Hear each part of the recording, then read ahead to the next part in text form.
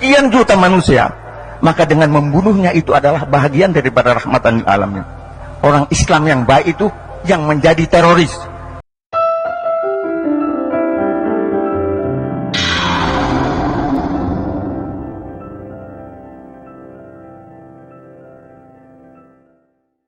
Ya, salam Bapak Ibu yang dikasihi Tuhan, kembali lagi bersama saya di channel ini, di Suara Kebenaran Channel. Terima kasih kepada Bapak Ibu dan teman-teman saya dan sahabat-sahabat saya yang telah mendukung perkembangan channel ini dengan menekan tombol subscribe, like, dan komen, serta membagikan video-video yang ada di dalam channel ini.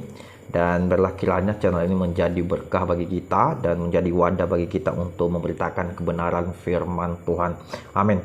Nah, Bapak Ibu yang dikasihi Tuhan, seperti biasanya pada kesempatan kali ini marilah kita sama-sama menanggapi sebuah video yang berasal dari seorang ustadz, yaitu Hasyim Yahya, di mana dia mengatakan bahwa orang Islam yang baik itu harus menjadi seorang teroris. Nah, Bapak Ibu yang dikasihi Tuhan, sebelum kita lanjut atau sebelum kita berikan tanggapan kita, marilah kita saksikan dulu video berikut ini. Sekian juta manusia, maka dengan membunuhnya itu adalah bahagian daripada rahmatan lil alamin. Orang Islam yang baik itu yang menjadi teroris. Buka Al-Anfal ayat 60. Datangkan kiai siapa, ustaz siapa, bahwa orang Islam itu haji jadi teroris. Kita ini harus Bhinneka Tunggal Ika. Bhinneka Tunggal Ika, silakan kamu yang mau Bhinneka Tunggal Ika.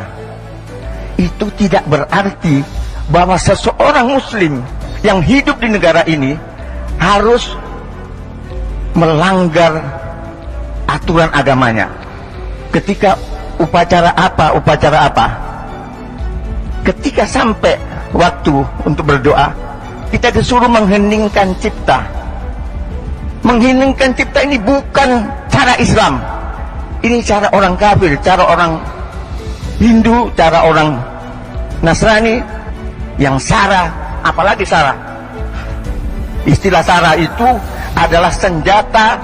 Ini kaum Nasrani, kaum Hindu, kaum Yahudi dan lain-lainnya. Ketika dia bertindak mendolimi kita, lalu dikatakan kepada wartawan, ini jangan dimuat. Ini adalah masalah sara. Jadi tiga musuh kaum muslimin yang terbesar di Indonesia ini adalah Densus, BNPT, dan BNN. Ini adalah musuhnya kaum muslimin. Inna sholati wa nusuki wa mahyaya wa mamati lillahi rabbil alamin. Kalau benar-benar demikian, bahwa sesungguhnya sholatku, amal ibadahku, dan hidup matiku adalah untuk engkau lillahi rabbil alamin, kamu akan berusaha untuk menjadikan negara ini negara Islam, berlakunya syariat Islam. Mati apa kamu kalau mati bukan Islam? Mati apa kamu? Nah, Bapak Ibu yang dikasihi Tuhan, itulah tadi cuplikan videonya dari Ustadz Hasyim Yahya, di mana tadi Ustadz mengatakan bahwa menjadi orang Islam yang baik itu harus menjadi seorang teroris. Jadi Bapak Ibu yang dikasihi Tuhan, dalam hal ini bagaimana pandangan Alkitab, ya?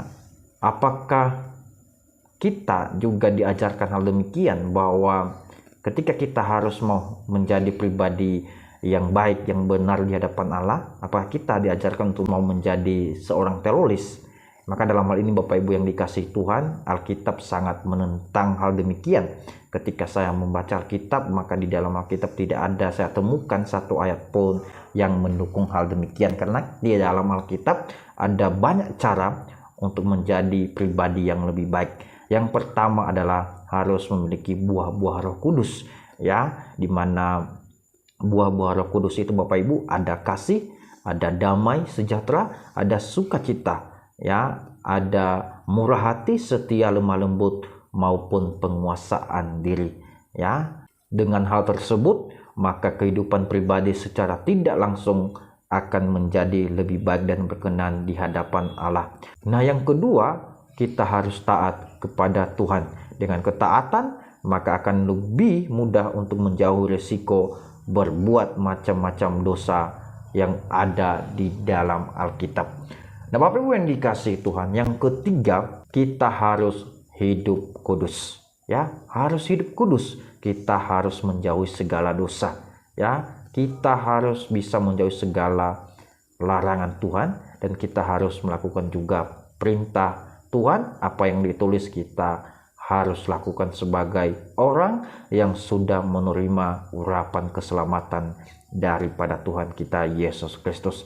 Nah, yang keempat adalah tekun berdoa. Kita harus tetap berdoa. Ya, saya kurang tahu Bapak Ibu, ya, apakah Bapak Ibu selalu berdoa kepada Tuhan? Ya, saya kurang tahu berapa hari ya Bapak Ibu dan Saudara berdoa kepada Tuhan. Tetapi yang pastinya saya mau katakan, jangan karena keterpaksaan saudara berdoa, tetapi karena ada kemauan, karena ada kehausan untuk tetap berdoa kepada Tuhan. Nah, yang kelima, harus mendengarkan firman Tuhan dan harus membaca firman Tuhan. Ya, karena demikian Bapak Ibu semuanya, dengan membaca Alkitab, mendengarkan firman Tuhan, maka kita mendapatkan kekuatan, maka kita mendapatkan pemulihan, maka kita mendapatkan kehidupan dan keselamatan. Karena Alkitablah yang selalu menguatkan kita Bapak Ibu, karena firman Tuhan yang selalu memberikan kita jalan keselamatan, ya, supaya hidup kita tidak dikuasai oleh dosa. Nah, Bapak Ibu yang dikasihi Tuhan, mungkin itu saja dari saya. Terima kasih dan Tuhan Yesus memberkati kita. Amin.